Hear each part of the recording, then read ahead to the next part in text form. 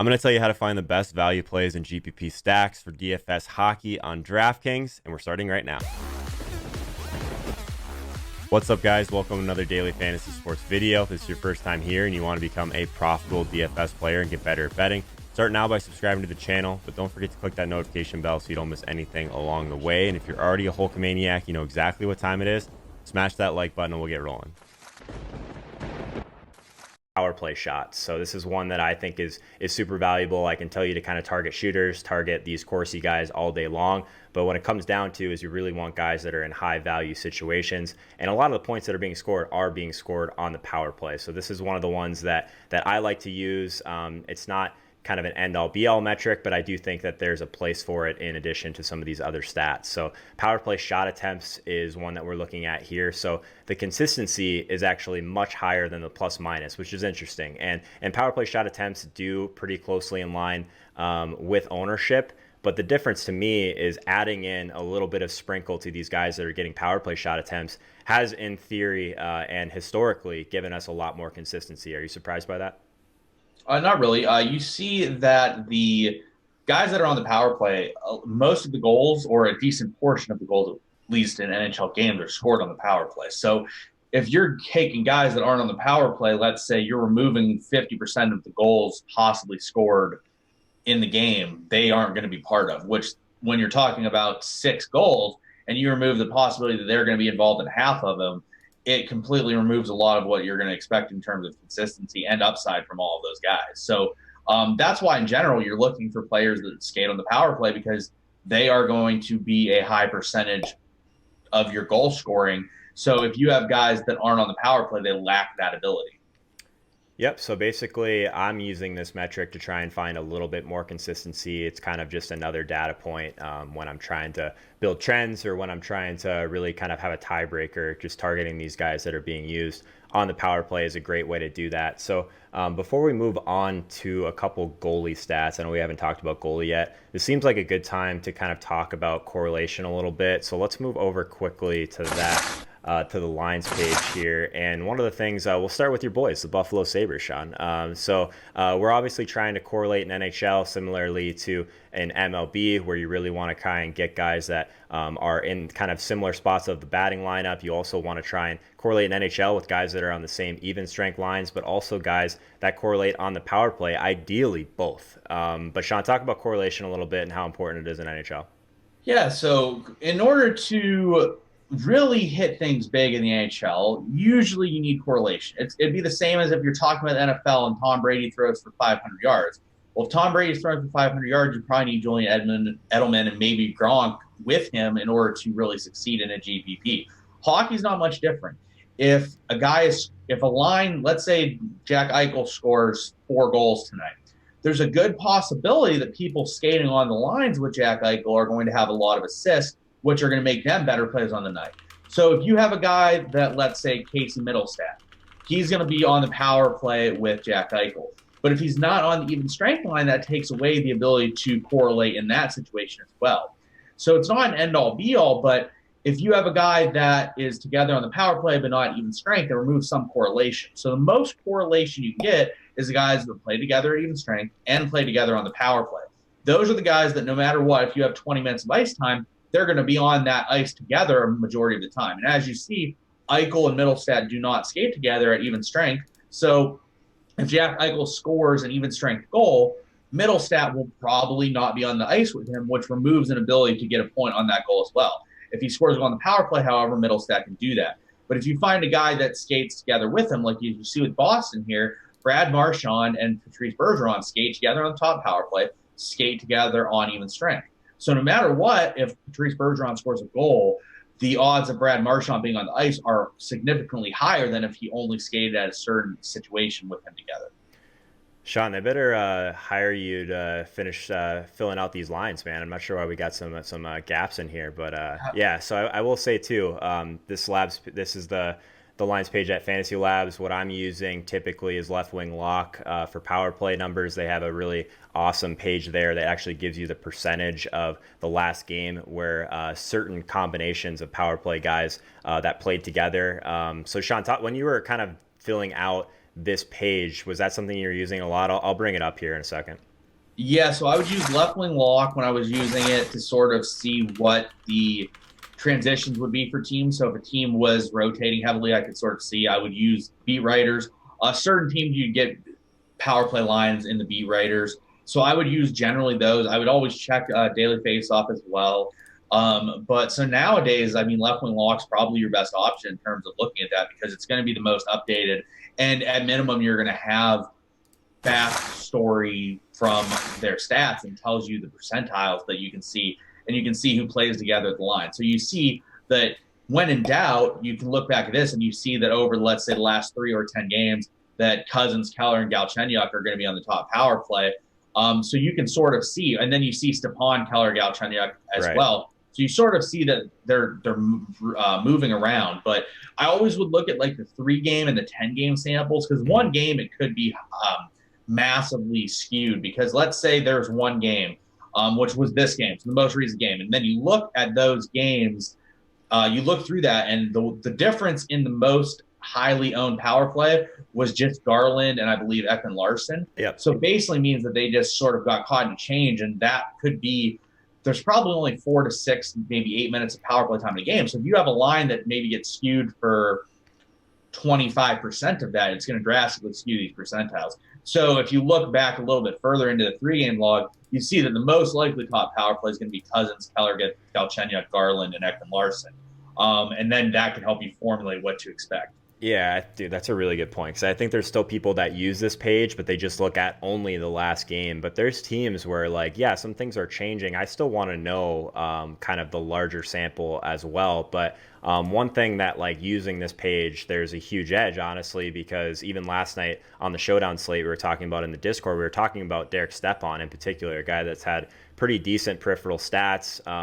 But he wasn't seeing as much time on the first unit in that last game that he was kind of in weeks past. So one thing that was nice about that was we got Cousins at significantly lower ownership in Showdown with Keller, with Galchenyuk. These are guys that were playing together at even strength, but a lot of people didn't have them on their first power play unit, kind of at least left wing lock and daily faceoff, fantasy labs.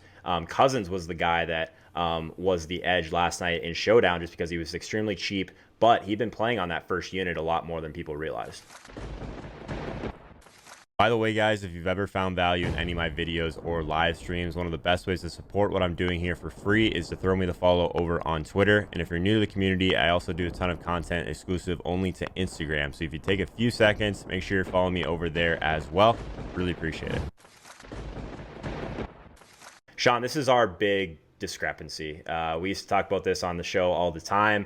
I am someone that is willing to try and find value at other positions, and I pay up for some of these really large favorites at goaltender. But I talk a little bit about the value of paying down as well. Yeah, goalie's just really stupid in general, and it's so highly variant. It all depends how many shots you face. All depends if you're going to get the win. So if I see a team playing a backup goaltender and they're still a massive favorite, I'm going to play them. Goaltender doesn't matter as much as people think. There was a study a few years ago that I read that like an average goaltender compared to, let's say, an elite goaltender is the difference of like 0.2 goals over a 5-game stretch or 1 goal over a 5-game stretch, something like that. So in general, it's just not a massive impact on what you would expect. So for me, goaltender just doesn't sort of matter. I sort of pick a spot. But one thing Joe and I agree on is it's all about correlation. So if I'm stacking a team, I'm generally going to try to find a way to play their goalie as well. So especially in tournaments, Joe's done a research study that the correlation with goaltenders is massively correlated with a team winning and his team scoring, which makes sense. If a team scores a lot of goals, the goalie is going to win the majority of the time, which means that's generally where you want to be correlated. So that's a good way of going about it as well. It's hard, right? Because a lot of these teams these elite offensive teams that we want to stack up, a lot of times they're winning a lot of games, which leads to their goalies being higher priced. So you definitely, it's a slate by slate thing. You're not going to be able to stack up Tampa Bay's goalie with Vasilevsky very easily a lot of nights, but there are nights where there's enough value where it makes sense. I'm almost always trying to correlate my goalie with one of my main stacks. I think that's something that a lot of people still do wrong.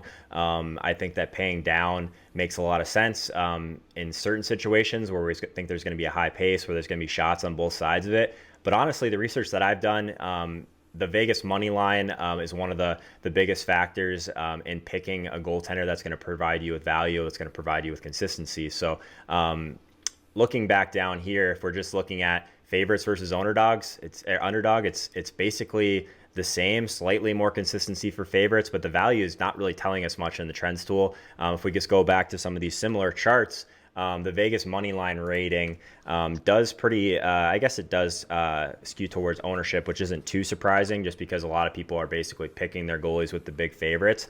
So the ownership is pretty closely correlated to the plus minus, but there is a pretty big difference in plus minus and consistency for some of these really heavily favored guys. So if we're just looking at this, so top 1% in this Vegas money line rating, so massive favorites, not a big sample size here for either of these, but a massively high consistency. These are guys that are 8K or higher. If we scroll down a little bit to guys that are 7,500 to 7,900, still pretty massive consistency for these guys, even the top 5th percentile of Vegas money line rating. So I guess, Sean, are you surprised at all by this with some of these higher price ones having higher consistency? I guess in general, though, the samples being smaller, like there's not going to be a ton of situations where there's a really cheap goalie who's a massive favorite, I guess, too. So it's kind of a catch-22. Yeah, especially on DraftKings. The thing is FanDuel's more of the spot where you're going to get a back goaltender and have them be drastically cheaper. DraftKings, what they did, this is where it used to come from. My opinion on this used to be that if you had a backup, they would be drastically reduced in price, Sure. which still is the case on FanDuel. Nowadays on DraftKings, you'll see a goaltender number one be 8,200, and then goaltender number two will be 8,100. One that you and I spent a lot of time developing when we were at labs, save prediction. So it's something that we're using in the trends tool. We'll talk about shot prediction at one point too. But save prediction for NHL, originally I thought, I was like, this is going to be the nuts. Like we're going to target these goalies with massive save predictions and we're just going to print money. That actually wasn't the case. I was actually kind of shocked by some of these charts. You'll see they look drastically different than some of these other charts we've been looking at. I mean, it does play to the fact that goalie is a lot more variance in general, but compare this to money line, like right there with consistency, right there with plus minus, the ownership skews towards it. But if we're just looking purely at goalies that are going to see shots, there's really not a huge edge here, in my opinion. So was this surprising to you, Sean? Yeah, the save prediction metric is always interesting. But when we talk about GPPs, basically what you want from a GPP is you want the chance of being the number one goalie on the night. If you're fading a team that shoots a lot, that means you probably think they're not winning the game, which in turn means that this goalie that's going to see 40 saves is going to win the game. If a goalie sees 40 saves and wins the game, there's virtually no way he's not in the top 3 goaltenders of the night. And you're going to find this guy at no ownership at all. So it's very good in terms of for ownership percentages and the ability for that guy to put up an upside game.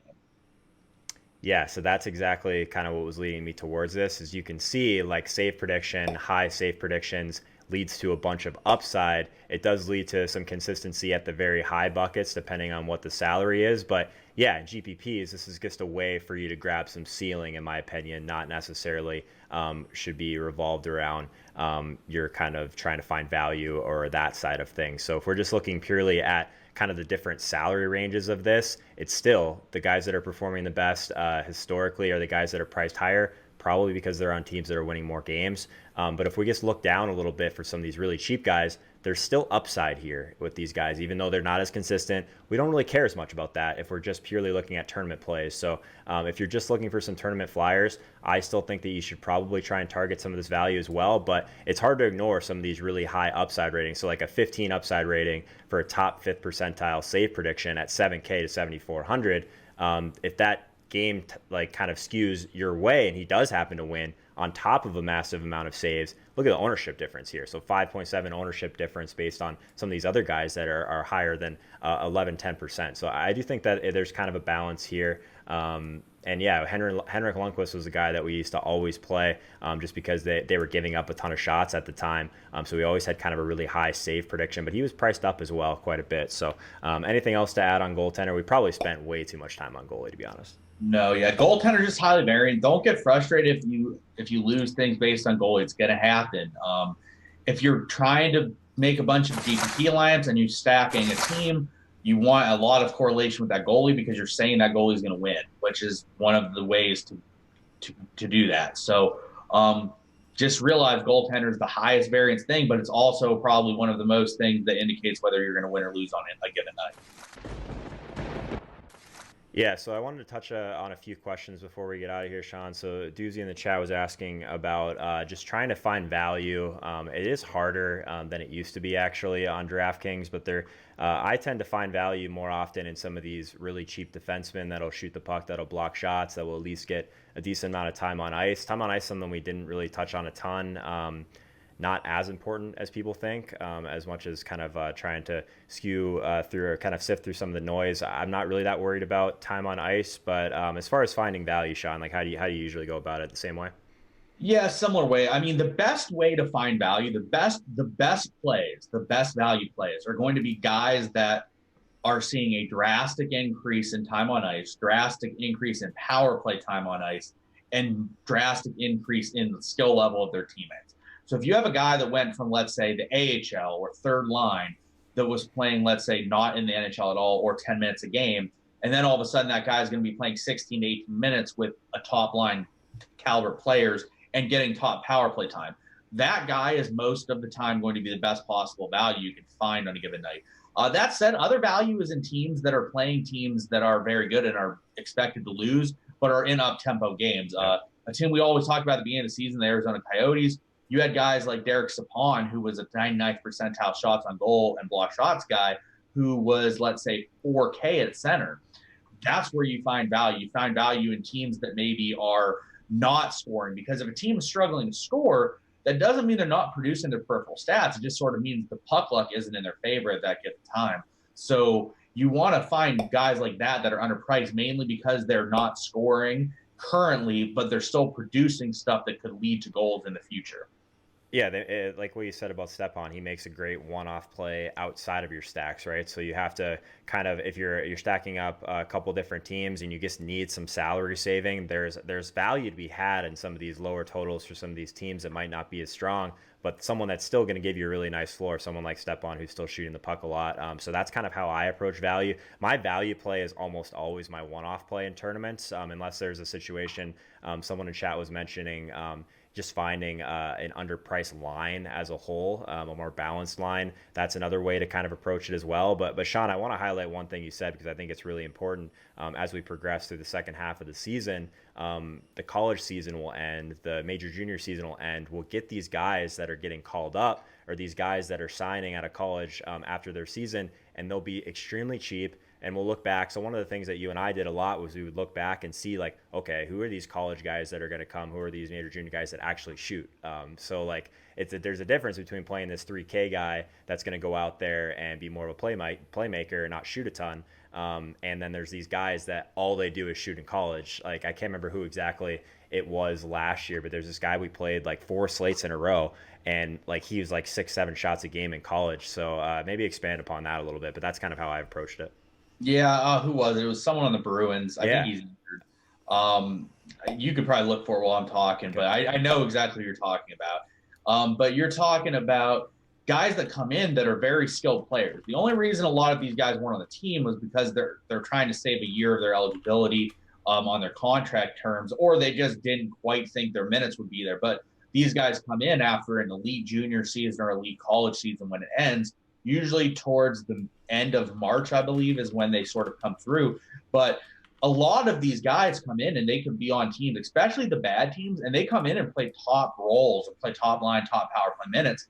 If you can find guys that were high volume shooters and goal scorers, you might not be able to find shot statistics for college and juniors, but if a guy scored 50, 60 goals in junior hockey, he's more than likely a guy that's going to shoot the puck. So if you can look through and quickly sort of search what his statistics were, whether it be in the AHL, in the OHL, in college hockey, you might be able to find guys that are coming in at very low price points that were volume shooters or goal scorers that are probably going to come in, and that's the role they're trying to fill for their NHL team. Donato, Yeah. there it is. The chat talked. It was Ryan Donato. Donato, yeah. And I was more or less looking at. I couldn't find it. I was going to see if I could bring up the AHL shooters, but that's something that we can do throughout the year too, right? If some guy gets called up, he's automatic. He's somehow playing on like the second line. He's going to get a power play shot. Like you want to see if this guy is a shooter, right? So like one thing that we would do all the time is go to the AHL stats and really target the guys that were getting, like Yamamoto comes to mind. He was a guy that was shooting a lot. Who's got to play with Connor McDavid a decent amount last year, and he was a guy that shoots a ton. He could get 12 minutes of ice time. He's probably gonna have 4 shots on goal.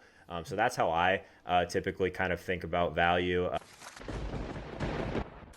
If you want to learn more about daily fantasy hockey and you just want to be a better DFS player in general, start now by hitting the subscribe icon in the bottom right hand corner so you don't miss anything. Definitely check out the rest of the DFS hockey course, but I have a ton of other sports here available right here for free on YouTube. I'll see you guys next time.